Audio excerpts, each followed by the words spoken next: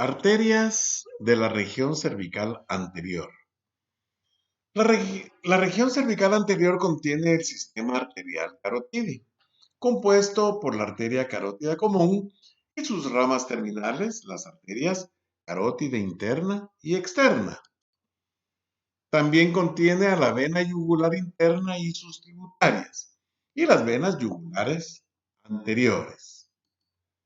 La arteria carótida común y una de sus ramas terminales, la arteria carótida externa, son los principales vasos arteriales del triángulo carotídeo. El triángulo carotídeo también da origen a ramas de la carótida externa, por ejemplo, la arteria tiroidea superior. Cada arteria carótida común asciende dentro de la vaina carotidia junto con la vena yugular interna y el nervio vago, hasta el nivel del borde superior del cartílago tiroides. Observamos aquí entonces, este es el arco de la aorta, esta es la arteria carótida, perdón, este es el tronco brachiocefálico, esta es la arteria carótida común izquierda y esta es la arteria subclavia izquierda. El tronco brachiocefálico, la arteria carótida común izquierda y la arteria subclavia izquierda nacen del arco de la aorta. En el lado izquierdo, la arteria carótida común derecha es rama terminal del tronco brachiocefálico. La arteria subclavia derecha se origina del tronco y la arteria carótida común derecha también se origina del tronco. De ahí, el recorrido es el mismo, carótida común, a nivel del borde superior del cartílago tiroides, un poco chacada aquí, ¿sí? Sus ramas terminales, la arteria carótida interna y la arteria carótida externa. Ahí, cada arteria carótida común se divide finalmente en las arterias carótidas interna y externa. La arteria carótida interna no tiene ramas en el cuello. La arteria carótida externa tiene varias. La arteria carótida común derecha empieza en la bifurcación del tronco brachiocefálico. La arteria subclavia derecha es la otra rama de este tronco. Entonces, tronco brachiocefálico, arteria carótida común derecha y arteria subclavia. Las dos son ramas del tronco brachiocefálico.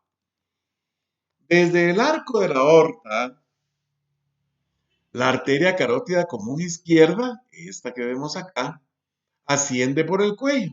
En consecuencia, esta arteria tiene un trayecto de unos 2 centímetros por el mediastino superior. Nos está diciendo que esta arteria es un poco más larga que la otra, porque todo este recorrido lo hace en el mediastino superior, antes de entrar en el cuello. Las arterias carótidas internas son la continuación directa de las arterias carótidas comunes, por encima del origen de la arteria carótida externa, a la altura del límite superior del cartílago tiroides. Límite superior del cartílago tiroides y entonces observamos la bifurcación en carótida externa y carótida interna. La porción proximal de cada arteria carótida interna es donde se localiza el seno carotídeo, ya descrito previamente en la región anterior, ¿verdad? Ya lo habíamos descrito. El glomus carotídeo se localiza en la hendidura entre la arteria carótida interna y la externa. Aquí no los está diciendo, entre la hendidura de las dos. Carótida externa porque tiene ramas, la carótida interna ya nos dijo que no tiene ramas. La arteria carótida interna entran en el cráneo a través de los conductos carotídeos de las porciones petrosas de los huesos temporales y se convierten en las principales arterias del encéfalo y de las estructuras de las órbitas. Ahí es donde se empiezan a ramificar. A nivel del cuello no se desprende ninguna rama, no tiene ramas la carótida interna, es lisa, no tiene ramas. Las arterias carótidas externas irrigan la mayoría de las estructuras externas del cráneo, la órbita y parte de la frente, y el cuero cabelludo irrigados por la arteria supraorbitaria, con la excepción, son las excepciones más notables. Aquí observamos entonces un ojo cerrado, aquí está la hendidura palpebral, aquí tenemos la arteria supraorbitaria, la supratroclear, la infratroclear, aquí vienen ramas de la infraorbitaria y podemos ver cómo se ramifica en la superficie del ojo, ¿verdad? La arteria facial también proporciona un poco de irrigación externa. Presenta además una cierta distribución profunda. Por ejemplo, estamos hablando de la carótida externa. Una distribución profunda, por ejemplo, la arteria meningia media, que habíamos mencionado cuando hablamos de la arteria maxilar, porque la arteria meningia media es rama de la arteria maxilar. Cada arteria carótida externa discurre posterior y superiormente por la región entre el cuello de la mandíbula y el lóbulo de la oreja. Aquí podemos observar el conducto auditivo. Anteriormente a esto está el cuello de la mandíbula y entonces ahí nos estamos viendo la arteria carótida externa. Termina por dividirse en sus dos ramas terminales, la arteria temporal superficial, aquí está la región temporal superficial, y la arteria maxilar que no se observa claramente en este punto. Antes de estas ramas terminales, 6 arterias se originan de la arteria carótida externa: faringe ascendente, occipital, auricular posterior, tiroidea superior, lingual y facial. Y entonces, estas 6 más 2 ramas terminales son 8 arterias las que se originan de la arteria carótida externa. La arteria faringe ascendente se origina como la primera o segunda rama de la arteria carótida externa y es su única rama medial. Es una estructura cilíndrica y entonces le vamos a dar una cara anterior, una cara posterior, una cara medial y una cara lateral. La arteria faringe ascendente es una rama de la cara medial de la arteria carótida externa. Asciende sobre la faringe. Aquí estamos viendo señalada, aquí está señalada, asciende sobre la faringe, profunda y medial a la arteria carótida interna y proporciona ramas a la faringe, los músculos prevertebrales, el oído medio y las meninges craneales. Ahí está señalada por la flecha roja la faringea de la arteria carótida externa. Y como va hacia arriba, faringea ascendente, cara medial. La arteria occipital se origina en la cara posterior, la arteria occipital, y entonces observemos nosotros acá, viene la arteria, la arteria occipital se pierde y pasa por el triángulo lateral, ¿se acuerdan? Aquí está el triángulo posterior, no por la región cervical lateral, en el triángulo posterior o triángulo occipital, y se dirige hacia la región occipital. La cara posterior de la arteria carótida externa superior al origen de la arteria facial. Pasa posteriormente, inmediatamente medial y paralela a la inserción del músculo digástrico en el surco occipital del hueso temporal. Y entonces estamos observando aquí nosotros el músculo digástrico y entonces el recorrido paralelo de la arteria occipital.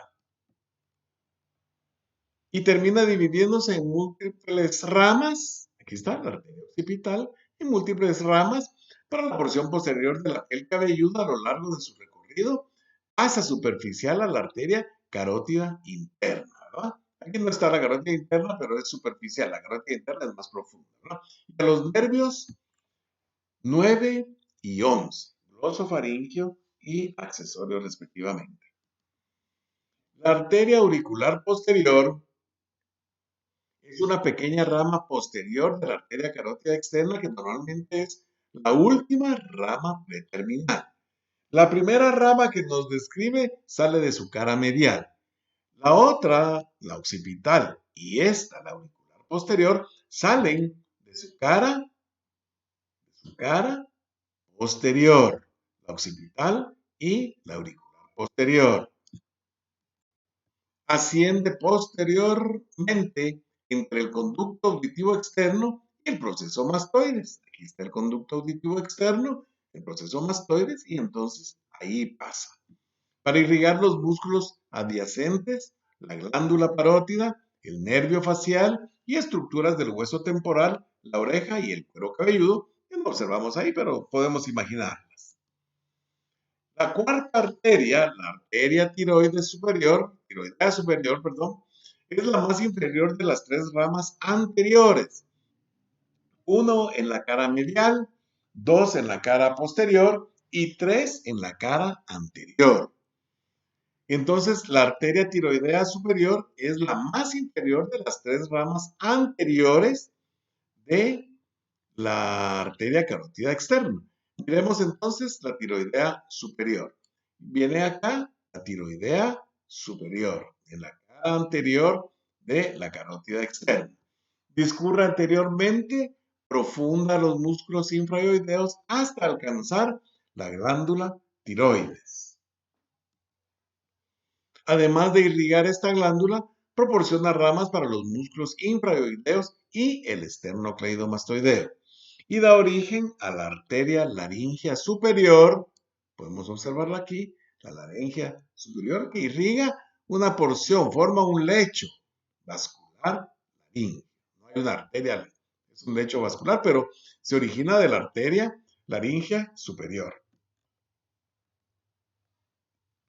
La arteria lingual se origina de la cara anterior de la arteria carótida externa también. ¿Dónde se sitúa? Sobre el músculo. Perdón. Y entonces aquí podemos observar, ya adelanté, hombre, por Dios santo, aquí está. Y entonces observamos aquí la arteria lingual, se coloca sobre el músculo, esta es la arteria lingual, ¿ven? Esta es la arteria lingual. Esta que está es la tiroidea superior, la arteria lingual. Estas son las que van de la rama posterior, probablemente esta es la faringe ascendente de la cara medial. Entonces la arteria lingual se origina en la cara anterior de la arteria carótida externa, donde se sitúa sobre el músculo, se arquea superiormente, y aquí está el arco superiormente, se arquea superiormente y pasa profundo al nervio hipogloso. Pasa profundo, aquí está el nervio hipogloso y entonces pasa profundo a él. Al músculo estiloioideo también pasa profundo. Aquí podemos ver el estiloioideo, es este que está acá. Y al vientre posterior del músculo digástrico, que ese sí no lo ubico yo ahí, ¿verdad? No está, el vientre posterior. Desaparece profunda al músculo iogloso. Desaparece profunda al músculo iogloso, ioioides, gloso lengua, al iogloso, proporcionando ramas para la porción posterior de la lengua. A continuación gira superiormente a nivel del borde anterior de este músculo y aquí está el borde anterior, se bifurca en las arterias lingual profunda que observamos ahí y sublingual. Acuérdense que tenemos dos arterias linguales, ¿verdad? Por lo tanto, tenemos dos arterias linguales profundas y dos arterias sublinguales, derecha e izquierda. La sexta es la arteria facial, que se origina anteriormente en la arteria carótida externa, ya sea junto con la arteria lingual o inmediatamente superior a ella. Cuando dice junto, puede ser que se origine en un tronco, ¿verdad? Y entonces, ahí tenemos las seis arterias. Una que es de la cara medial, la faringe ascendente. Dos que son de la cara posterior, la occipital y la auricular, la retroauricular. Y tres de la cara anterior, la tiroidea inferior, la lingual y la arteria. Después de dar lugar a la arteria palatina ascendente y a una rama arteria tonsilar. Entonces, aquí tenemos, miren, la tiroidea superior, la arteria lingual y la arteria facial. La palatina ascendente, rama de la arteria facial y la arteria tonsilar. ¿Sí? Entonces, pasa superiormente bajo los músculos digástrico y estiloideo, no lo observamos ahí, y el ángulo de la mandíbula. Se curva anteriormente y entra por un surco, se curva y se hace anterior y entra por un surco profundo en la glándula submandibular. Aquí está la glándula submandibular, ¿sí? Entra profundo a él en el surco de la glándula mandibular y entonces irriga a la glándula submandibular. Luego da origen a la arteria submentoniana, rama de la facial, para el suelo de la boca y se curva alrededor de la porción media del borde inferior de la mandíbula para entrar en la cara y entonces se distribuye, como ya revisamos cuando vimos los músculos de la cara y su irrigación. Esta es la regla mnemotécnica para Moore, para las 6 ramas de la arteria carótida, una medial, 2 posteriores y 3 anteriores. Una rama que se origina medialmente, la faringe ascendente, 2 ramas que se originan posteriormente, la arteria occipital y auricular posterior, y 3 ramas que se originan anteriormente, la tiroidea superior, la arteria lingual y la arteria facial.